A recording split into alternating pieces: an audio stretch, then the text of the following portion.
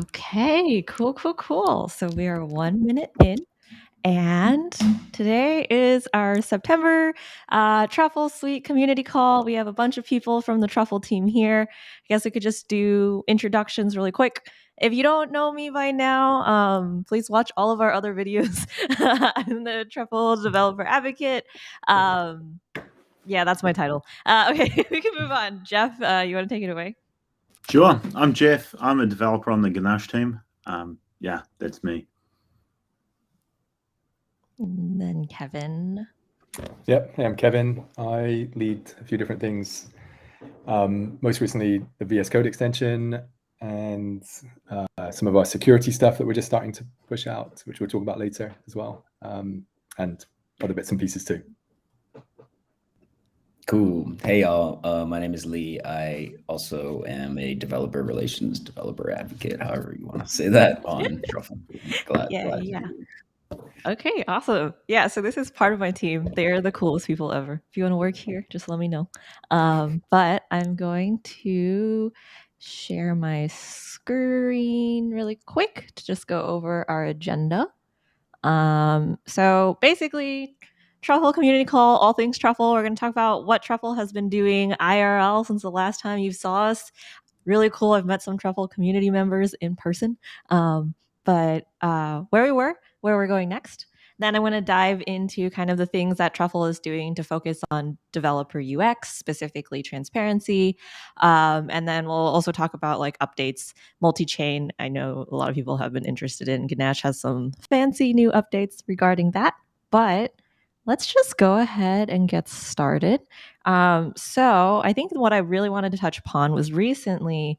Okay, so I guess Jeff and Kevin, I will put you guys away so we can focus on the star of the show here. For those of you who don't know, Truffle was recently at ETH Mexico City and ETH Sao Paulo, right? Is that? Yes. Yep. Cool. Yeah. So Lee was there representing with his cool and chill vibes. So I felt like he has probably a lot of good insight into how, kind of Web3 is developing outside of, well, at least like my personal sphere, right? So I'm like heavily involved in like North America. I travel to Europe a lot. And I think having that Latin American perspective and putting yourself there is something really valuable that I don't know much about. If you want. Yeah, totally. I mean, oh, sorry. Okay, sorry. Didn't mean to interrupt you there. Yeah, so ETH Mexico City was last month in August. They were both hackathons, and ETH Sao Paulo was a couple weeks ago. ETH Mexico City was an ETH Global event, but it was so awesome. It was so well put on. The venue was beautiful. There was a hacker house out in front too that some other folks did that was really great. And Vitalik was actually there. So if you saw the picture of Vitalik wearing a sombrero, that's where it came from. I did not know. Did you see him in person? Yeah, I did. There were like some tweets that like, you know how crypto Twitter is. Everyone's like, oh, all of my money is in the hands of this amigo or whatever. So but it was just really good energy, really good vibes. So many developers, so many builders, so many interesting products that came out of there.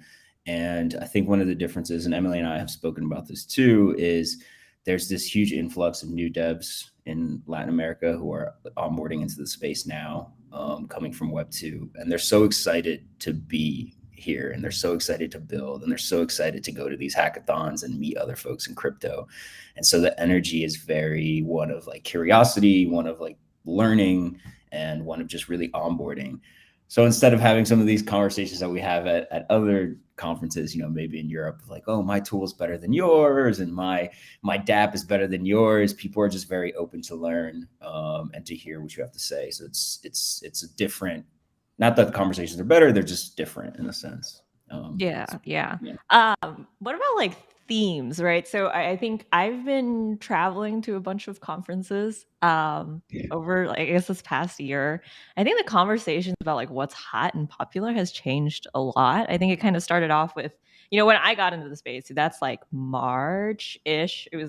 Everything was like NFTs, so it was membership. Mm-hmm. Like I guess like we had just come off of DeFi, and then now at least like so another.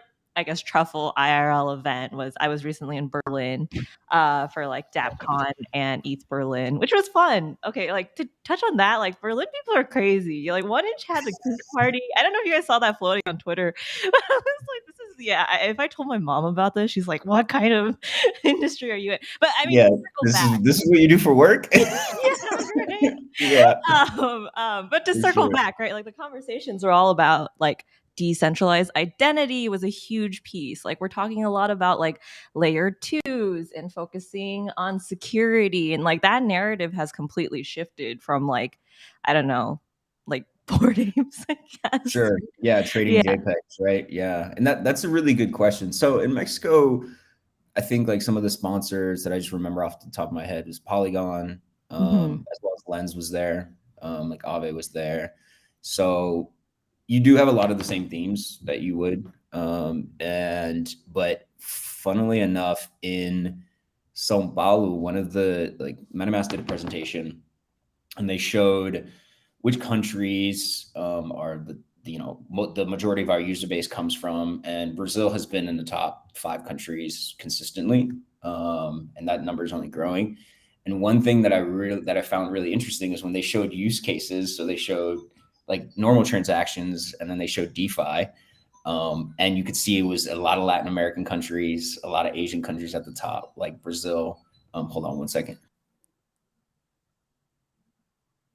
Sorry about that. This is like ringing in the background. I don't know if you could hear it, but yeah, I could. I was like, least popular. I'll just talk over it. Yeah.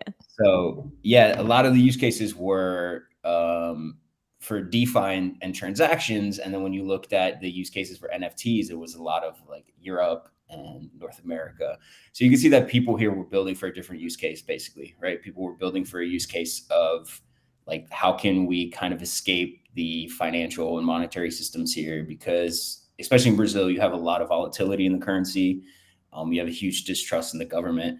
So these tools are exactly what people need, right? To build for financial empowerment, but also for more transparency in the government system. So I thought that was just such a cool stat, like that all of the use cases here are completely different from the use cases that you see in the EU and the US. So I think that's really important too, right? People are going to adopt these technologies based on what their needs are, whether that be, and there's nothing wrong with trading JPEGs, but some of us are going to use blockchain for that, and others are going to use to maybe escape an oppressive financial and monetary system. Oh my god, yeah, that's the way we should frame it.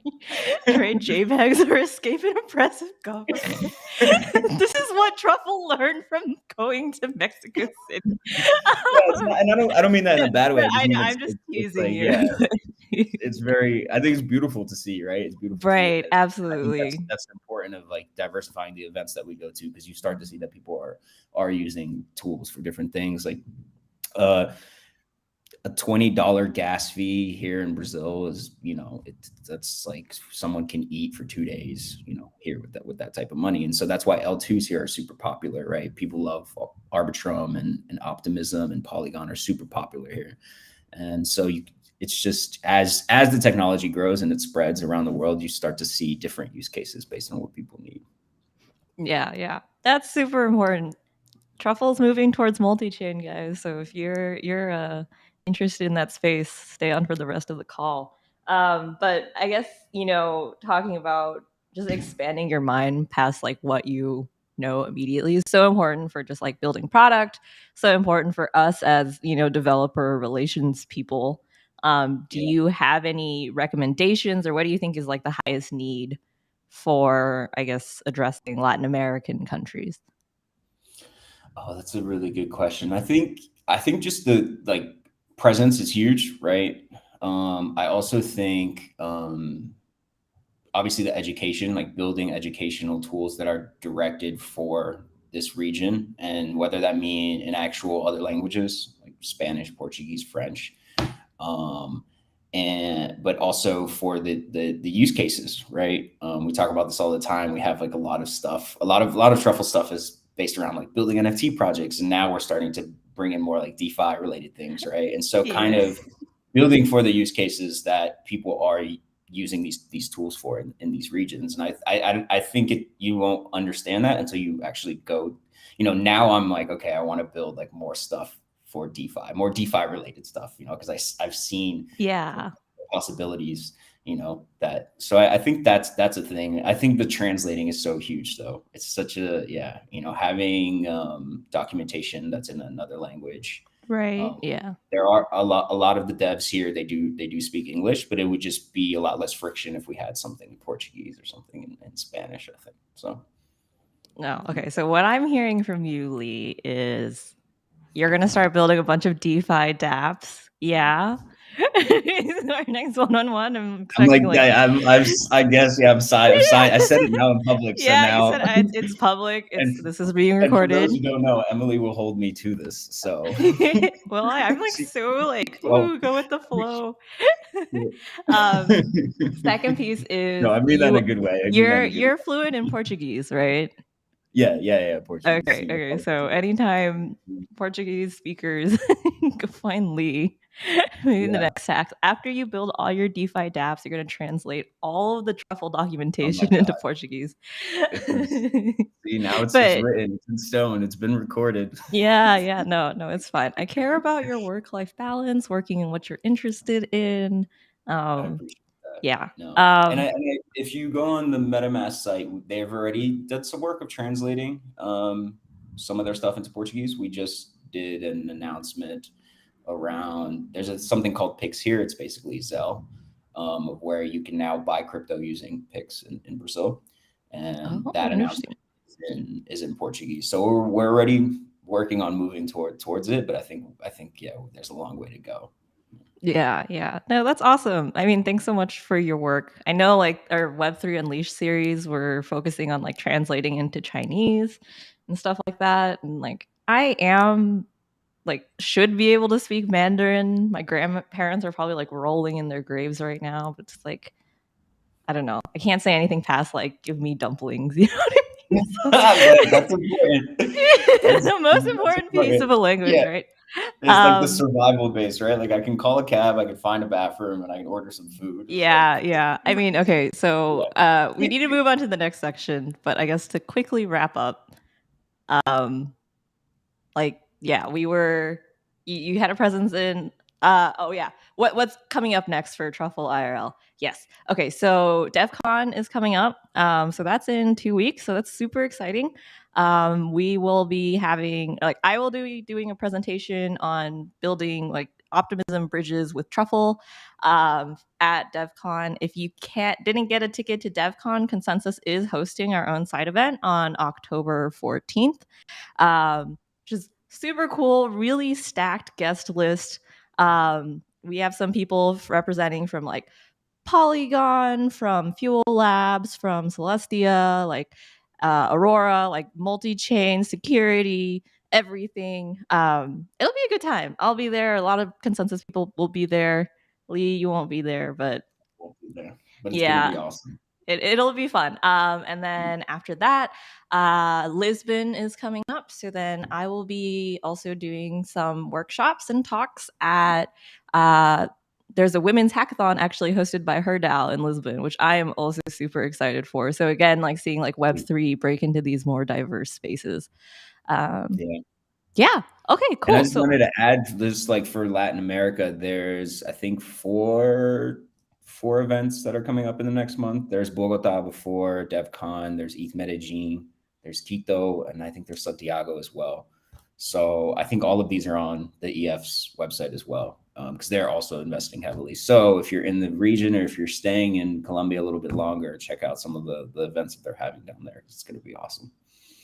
Yeah. Okay, cool. Thanks so much for joining, Lee. Thanks for having me. We will hop into the next section of... I'm going to turn you off, Lee. So goodbye.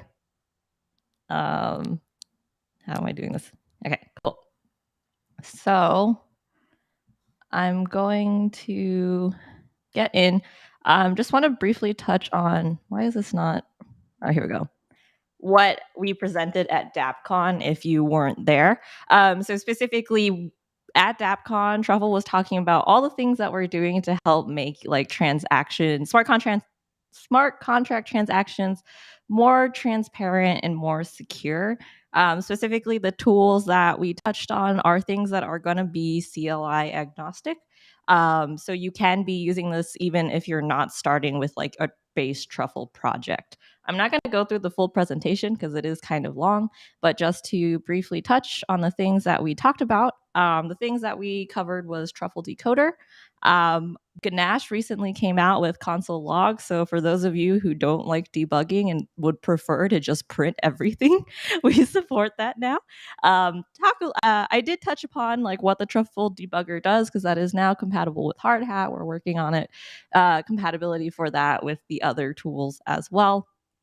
And then talking a little bit about security. So diving into Truffle Decoder. So for those of you who don't know kind of what it looks like today is when you get back data, it comes back in this hex data. It's like super obscure, like 0x, blah, blah, blah. You can see right here on the left-hand side.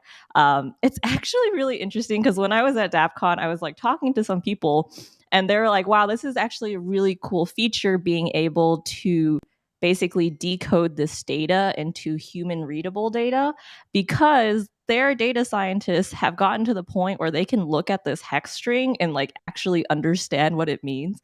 And I was like, wow, that's like freaking like matrix stuff. But anyways, to circle back, what I mean is like right now, decoders of translating this into machine readable data often doesn't give us all the information we want. So for example, type information, storage variables.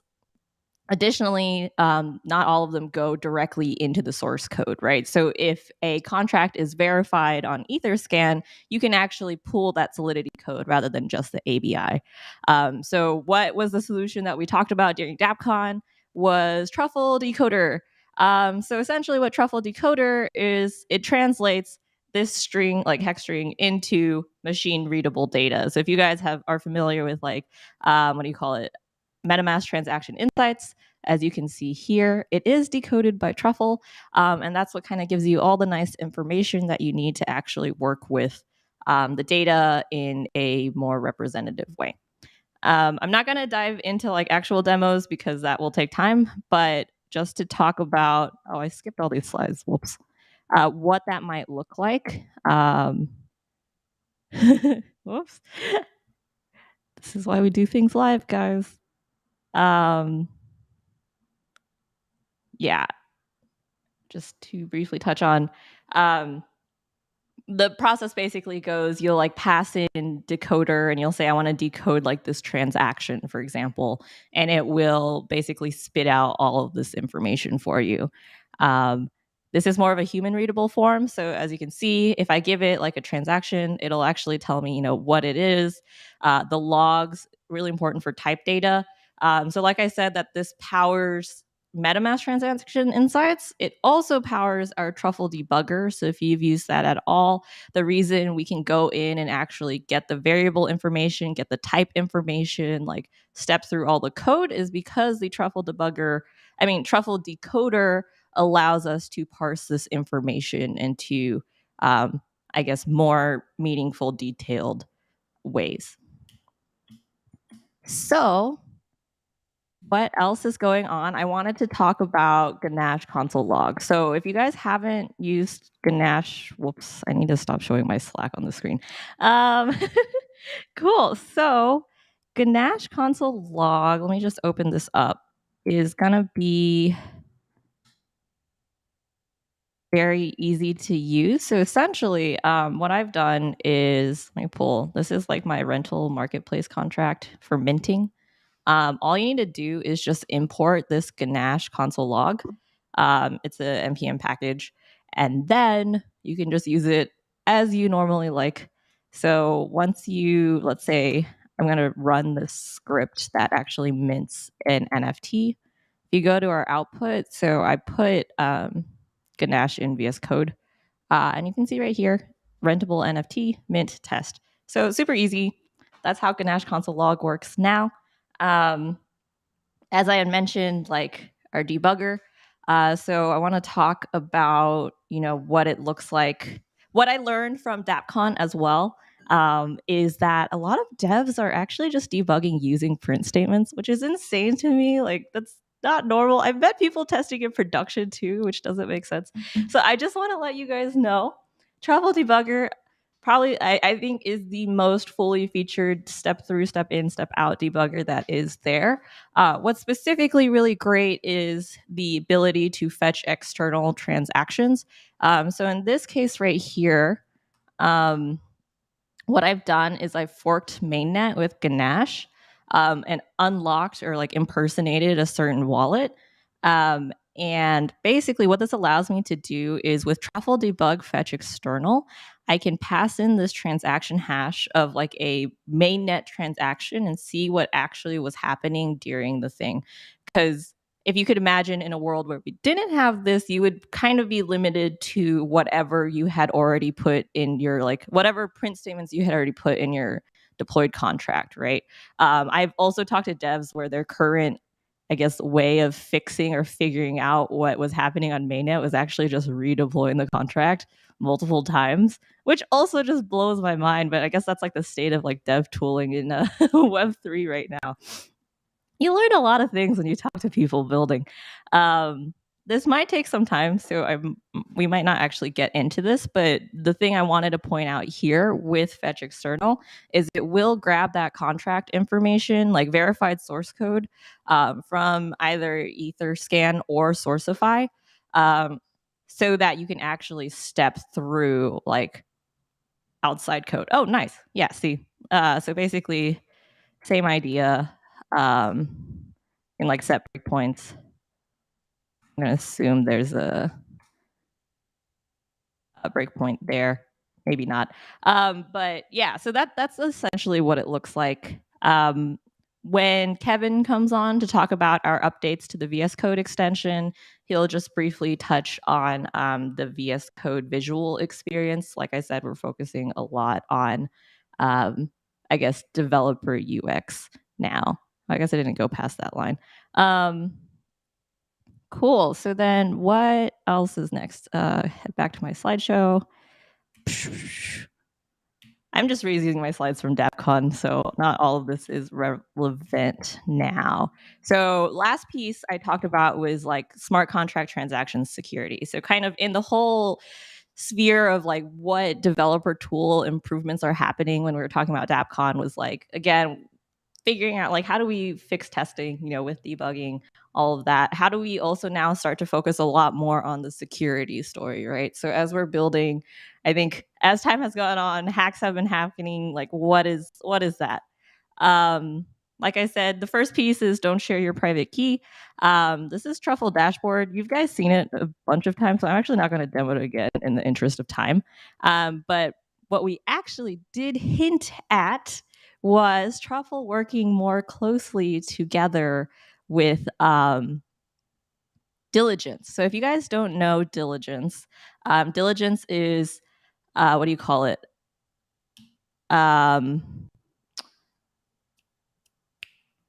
Consensus's smart contract auditing, security auditing service.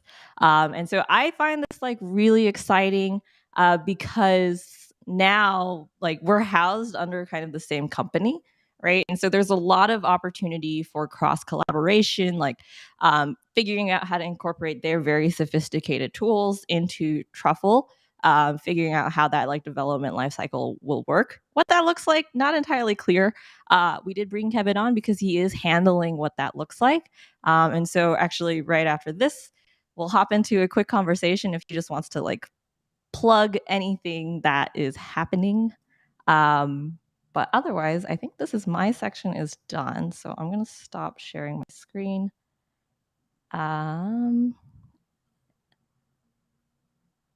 Oh no. Nice. No, I did this whole thing. Okay. Guys, next time I should be okay. Here. I will share. I don't know what we didn't see. This is really awkward. What I showed was specifically a few things. Debugging mainnet. So that was what I was talking about. When I was at DAPCon, I talked to devs who were either printing everything or if something was going wrong in production, would just redeploy their upgradable contracts a bunch of times. How do we fix that? Truffle debugger. Essentially, I forked mainnet here, impersonated this account, and then with a truffle debug fetch external, what it did was grab that transaction hash. Wait, okay, I should make sure. Is it working now? Yes. Are we seeing code? Can someone message me on Slack? I don't know what's going on. Okay, whatever. Yeah. And then the other piece here was what I was going to talk about with the decoder. So taking this hex string data over into machine readable code is with our package. It gives you type information. It does pattern recognition, which is really interesting. So it'll do stuff like recognize like, hey, this transaction looks like it was a multi-call. And so it will actually go and say, okay, in this multi-call, let me step into every single call and also decode that data as well. So in this multi-call, there were multiple like voting calls here. And that's what decoder offers you insight into. Okay, so that's kind of like the high level of what I talked about. Hopefully it showed up. If not, then I will. That's fine. So we'll move on. Anyways, I'll bring Kevin on. Cool. So after that technical difficulty, Kevin, I think your AirPods are probably muted or something. I can't hear you. I was just another little. Can you hear me now? Yeah, I can hear you. Cool. Oh Another God. little technical glitch there. Yeah, no worries, Emily. We were, as you probably saw, we were pinging you, but I don't think you saw it. We were? So, Okay. no worries, no worries. No. Yeah, I think next Cool. time I need like an alarm or something. You guys like push a button and then I would hear the sound because I don't know. Yeah, some back channel. Yeah, that's fine. It's more engaging that way, I guess. It's guessing like a secret puzzle. But anyways, the thing I wanted to touch upon, like before we hop into like the VS Code stuff that I had mentioned with you, right, is like what is Truffle doing with diligence? Like, can you give us any hints? Yeah. So yeah, it's not just with diligence. I guess just to back it up a little bit. Okay. Yeah. Sorry. Yeah, as you already kind of mentioned, we're doing a kind of big push around security. As a kind of thematic thing. And the kind of, we've always, we as Truffle, Trufflers and of course Consensus as well, always care about security. But I think the kind of reasoning or the rationale behind the kind of renewed push is just the ever growing, perhaps you could say, importance of security, particularly, moving it further left, if that's the right way of saying it, in terms of the development lifecycle. So yeah, that's going to, we're kind of focusing on a few ways. One is just content. So we're actually working on a bunch of content around that, which we'll be launching pretty soon, and kind of treating it as living content as well. So it's kind of guides on how to be secure, just from sort of an individual developer perspective, from configuring the services and tools and services, environments, etc., that you use. Almost treating it a bit like an onion, with the developer or the team in the middle, and then kind of extrapolating out from that. So yeah, content around that. Not just the contracts themselves, obviously that is going to be part of it, but all the peripheral things, because a lot of these attacks or vulnerabilities, a good number of them of course come from the contracts, but a lot of them come from the periphery as well. So yeah, content, and that will include the contract side of things as well, kind of digging more into that with we've got a Truffle box that we're creating that kind of unpacks a lot of the kind of allows you to kind of better understand the common vulnerabilities and how to mitigate them, of course. And then the other piece kind of the puzzle is integrations as well. So as you mentioned, we're kind of partnering or working with Diligence, who have, as kind of as a not even a byproduct, a core part of what they've done, alongside the auditing service is tools and services around the security lifecycle. So we're really digging in as to how we can better integrate those into the Truffle, our kind of side of the fence, as it were, from a tooling perspective. And the first one of those is Scribble. So that's a fuzzing tool. So we've got integrations both within the VS Code extension, which is a segue into what I'm going to be demoing in a moment, or talking about in a moment, but also at the CLI and so on. But certainly not just Scribble, across the board. So diligence tools, as well as other security tools as well, because obviously there's a lot more out there. Yeah, that's really exciting. I think especially when you were mentioning the content part, I feel like that's so critical for especially like beginner devs. Because I'm not a Solidity expert by any means, but my first thing is like none of this is gas optimized. I don't know what best practices are, and like security is the last thing on my mind when you're kind of trying to figure out everything at the same time. So lots of Totally. great Yeah, things. it's a very important thing. And, Yeah. for a lot of, not just yourself, as you said, Emily, but for a lot of devs, firstly, it's hard, but also, just bringing it further forward in the life cycle, as mentioned. So yeah, absolutely. So watch this space, lots to come and happening around that as I say, as a thematic thing for us. Cool. So you mentioned VS Code. I think I'll go ahead and like let you take it away. Go ahead and Okay, share your I'll make screen and sure, I'll hopefully my screen will share correctly. So if you stay. I'll stay on to like tell you. Sure. Okay, let me go ahead and share my screen. Alrighty. Okay. Is that good? Should be I full can see screen. your screen. Okay, I'm gonna awesome. assume everything is good. Yeah, I think if you can see it, hopefully everyone else can. So as Emily mentioned, I'm just going to touch on two things around our VS Code extension, or the VS Code extension. The first piece is going to be what's new in the upcoming release, which is version 2.6.0. So I'll touch on that. And the other piece, as Emily mentioned in her demo, I know you can see it all visually at least, but the in-ID debugger, the Solidity debugger that we have as well. So I kind of demo both parts of that, the what's new or what's upcoming, because it's not quite live yet, but also to show the debugger. Cool. So yeah, just to back up momentarily and just frame what the VS Code extension is. I think I mentioned this on the last community call, so I'll be mindful of that. But just in a couple of sentences, it's rather obviously an extension for VS Code. Kind of three thematic things that we focus on with it. The kind of left box, or the box on the left-hand side of the screen there, is around kind of just developer productivity. How can we make the whole development lifecycle better? Perhaps a bit more visual, and just that bit more intuitive, etc. Also making it kind of alongside that, easier for folks that are newer to the space. Lee touched on that, particularly in like Latin America, and obviously just anywhere around the world where folks are kind of just getting started in Web3. How can we make that just kind of demystify what's going on, and kind of the same applies in terms of kind of making things a bit more visual and kind of holding hands where appropriate, with as you're getting started, because historically a lot of the tools have been very much just kind of terminal based, which is fine. Nothing inherently wrong with that, but of course naturally the learning curve is a fair bit steeper with it, of course. So that's kind of theme number one. The next one, going clockwise round, is, which we already touched on in our demo briefly, is an in-ID Solidity debugger. So it's a stepping debugger, so you can literally step through contracts, particularly useful for more complex contracts, and kind of trying to wrangle, really kind of perhaps nuanced bug or nuanced issue. And then finally, I already touched on this in the security theme, although it's not just around security, is integrations. We have a few right now with Truffle dashboards, if you're familiar with that, with Infura. But we have a nice pipeline starting to form around other integrations with the extension as well. Cool. That was more than two sentences. Sorry about that. But yeah, in a nutshell, that's the extension as it currently is today. So what's new? What's new in the upcoming release? We're iterating on it pretty rapidly, so it's kind of exciting and fun stuff coming.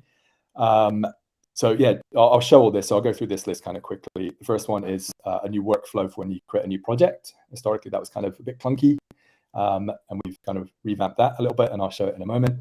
Another one is a new screen or information screen for your Ganache instances that you're running. So one thing, if you've used the extension, you'll see it. You can actually spin up Ganache instances from within the IDE, and then it does kind of leave things a little bit opaque in terms of what's going on. So we built a web view kind of information tab about the Ganache instances, which is kind of neat.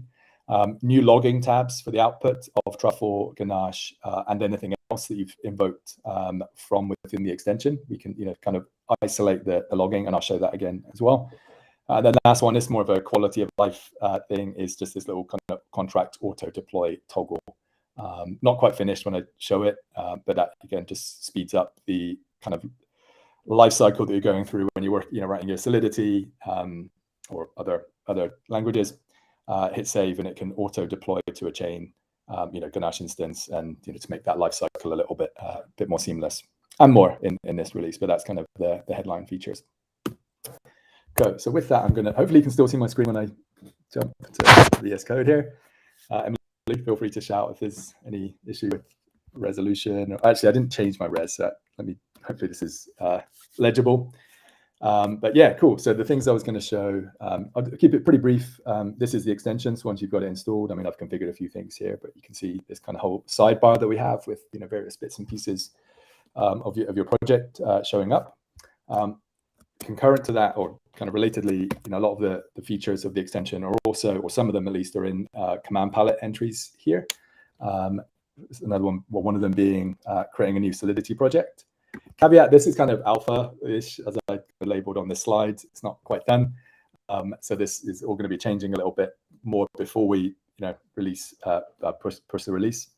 But now you can see we've got a bit more going on when you create a new Solidity project. We're probably going to add a couple more, to be honest. But right now you can create from now, with this, you can do a completely kind of vanilla project. We have a bit more of an opinionated sample project. We might change the wording a little bit. And then lastly, now, if you select the Truffle box, before you had to type in the name of the box, like free text, it's kind of clunky. Now we actually have a full list of all the Truffle boxes. Again, this isn't finished. We'll actually be inputting the description beneath them as well. So, we've got a nice pipeline of, new boxes around, thematic things like, obviously NFTs, but DAOs and DeFi and stuff. So, much better experience in terms of, both discovering a project that you might want to use as a boilerplate or as a means of learning and so on. So that's that one. Just jump back to the slide to make sure I get the order right. The other one was a Ganache information screen. Again, some of these are kind of small, but I'll show them anyway. So once you've got a Ganache instance spun up, you can see this down here. Again, I won't show how you do this, but it's pretty straightforward. You can just spin up a new one. You can create forked instances as well. Now we have this get details, and this brings up this tab. Anyone who's used Ganache UI will probably notice some resemblance here. We are probably going to change it. It's a little bit perhaps garish in the context of VS Code. So we're probably going to kind of mute the colors a little bit. As you can see, this just gives you more information about the Ganache instance you have running. Also the transactions, reverse chronological transaction list here. We're going to also do it. You can debug from other means, but we're going to have it such that you can jump straight into the debugger from this list as well, which would be kind of nice. So that's that one. And the logging tabs, again, a little bit probably overbold in the context of VS Code. But right now we have these tab dedicated. We have this Truffle kind of output tab. And then depending on the services that you've kind of spun up or started under the context of the extension, you'll get to see them here, just like Truffle dashboards. And again, I'll move quite quickly, but you get the idea. And we're going to probably change it a little bit. It's a little bit probably too bright right now. So that's that one. And then contract auto deploy, we're using the VS Code status bar at the bottom. So when you are working on a contract and hit save, right now this isn't finished, this feature, but it will allow you to say, okay, every time I hit save, I want it to deploy to the network running on 8546, for example. And then every save, it will just do that. So again, small one, but a nice little kind of quality of life thing, as I mentioned. Cool. So that was it for just showing what's new in 2.6. I'll also now, kind of while I'm in demo mode, as Emily mentioned, just quickly demo the debugger. Now, if you haven't seen it before, there's a bit of setup I've done already. So I have a Ganache instance running, got a simple project, this kind of canonical one for at least us called Metacoin, which is a fake ERC20, as in it's nothing like an ERC20. It's just a bit way pared down. And I've already deployed it, just kind of to speed things up. And by the way, I've already invoked this function, this send coin. So let's say there was an issue within that, you can now debug, which is really, really awesome. So a few ways you can get to it, but the easiest is under the command palette, debug transaction. As of the last release, we kind of decouple the network, so you can debug across different networks. Prior to this, it was kind of intrinsically tied to your the network named development. And then now you get to see this list of transaction hashes. So as mentioned, I've already invoked this. So there we go. And as you can see, jump straight in. I'll use my shortcuts. But as you see, it's a stepping debugger. It uses the native native VS Code IDE debugging kind of feature, and it kind of obviously jumped us into the the accompanying tab for that. And you get to we get decoded state, so we can see the amount I passed in. So I was sending some coins to that address, and yeah, there you go. And you can support the breakpoints. So if I just kind of jump to the end there, so that's that. Again, brief, conscious of time. So let me just jump back to the slides. Full screen it.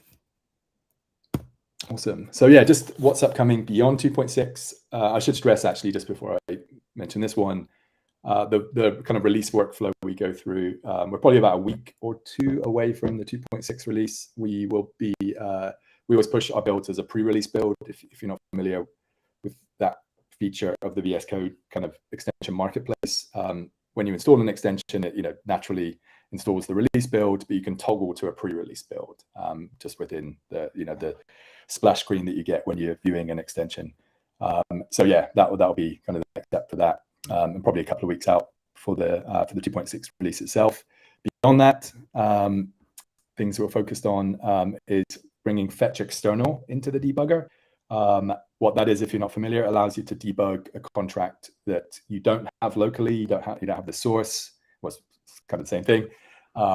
You have is a transaction hash and the network that it's running on. And again, that's existed on the CLI for a little while, which is really awesome. We're actually bringing that into the IDE. So you're about thinking of the UX a little bit, but it's really it's not make it a lot more seamless to just do it directly in the IDE.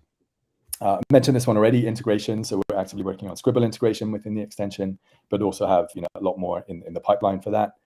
And then lastly, I think Emily alluded to this, adding support for other tools. Not so things won't just be intrinsically tied to or assuming that you have a Truffle config in your project. That we have debugger support, for example, right now on the CLI for hard hat. I've got the right order of words there. And we're bringing all that to the VS Code extension as well. Cool. And lastly, kind of call to action if you want to try this out if you haven't installed it already. Pretty easy. I mean, if you're familiar with VS Code and extensions, then you probably just naturally know how to do it. But if not, you can either go to the marketplace and type in Truffle. I think it's like marketplace.vscode.com. That will kind of jump you into VS Code. The easier way, of course, is to just go do it from within the marketplace within VS Code. Just search for Truffle and you should see it there. And then lastly, yeah, we welcome feature requests, ideas, issues if you stumble across them. So yeah, feel free to get involved at github.com/trufflesuite/VS Code-extension. Cool. That is me. Back to you, Emily.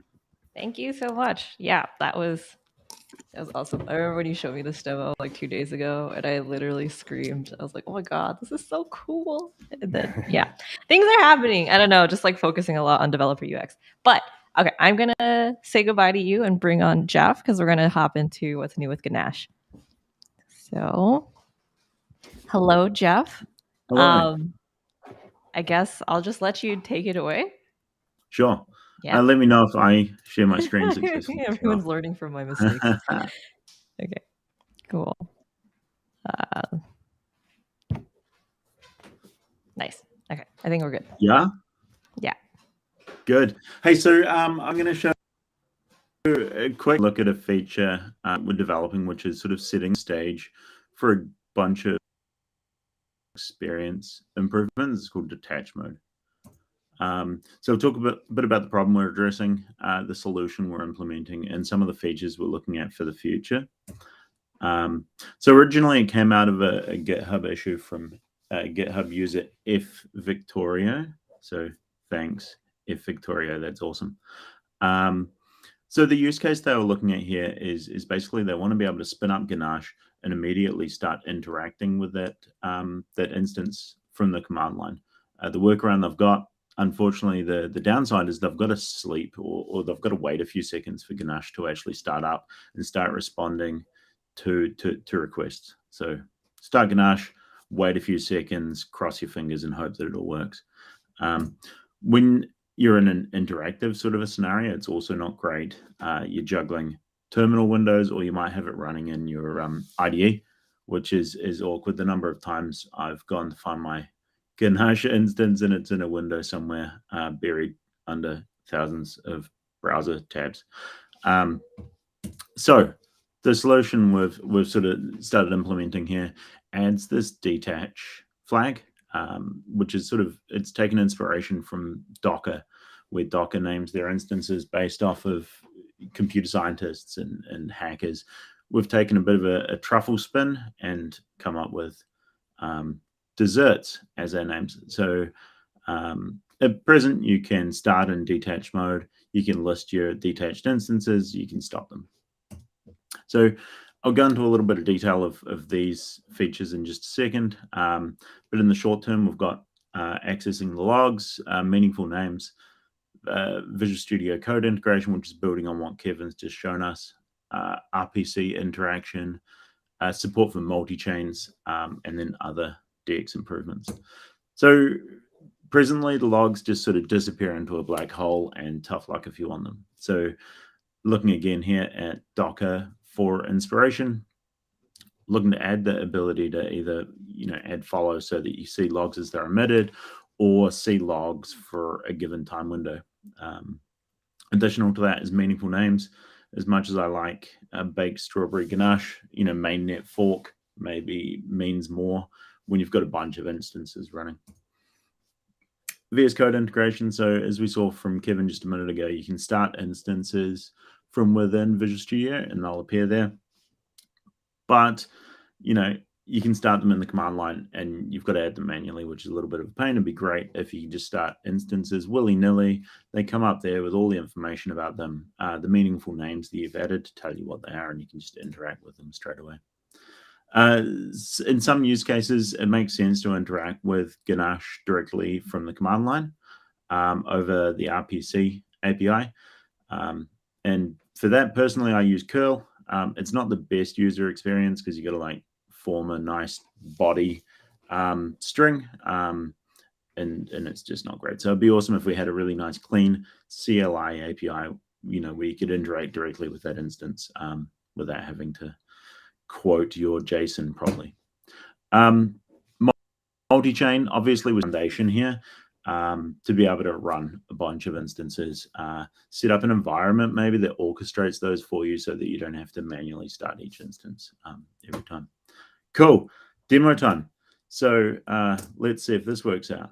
Please let me know, Emily or someone else, if you can't see my terminal.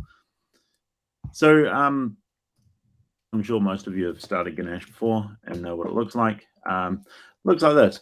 That's great. But if I want to interact with it over the RPC API, like I was talking about a minute ago, I've got to open up another terminal.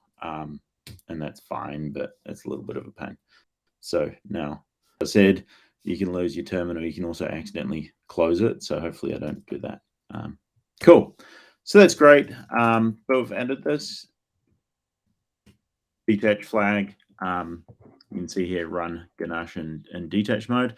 We've got this instances namespace to help you manage those. So when we Ganache detach, we can add any other arguments that you'd normally add. So Ganache D.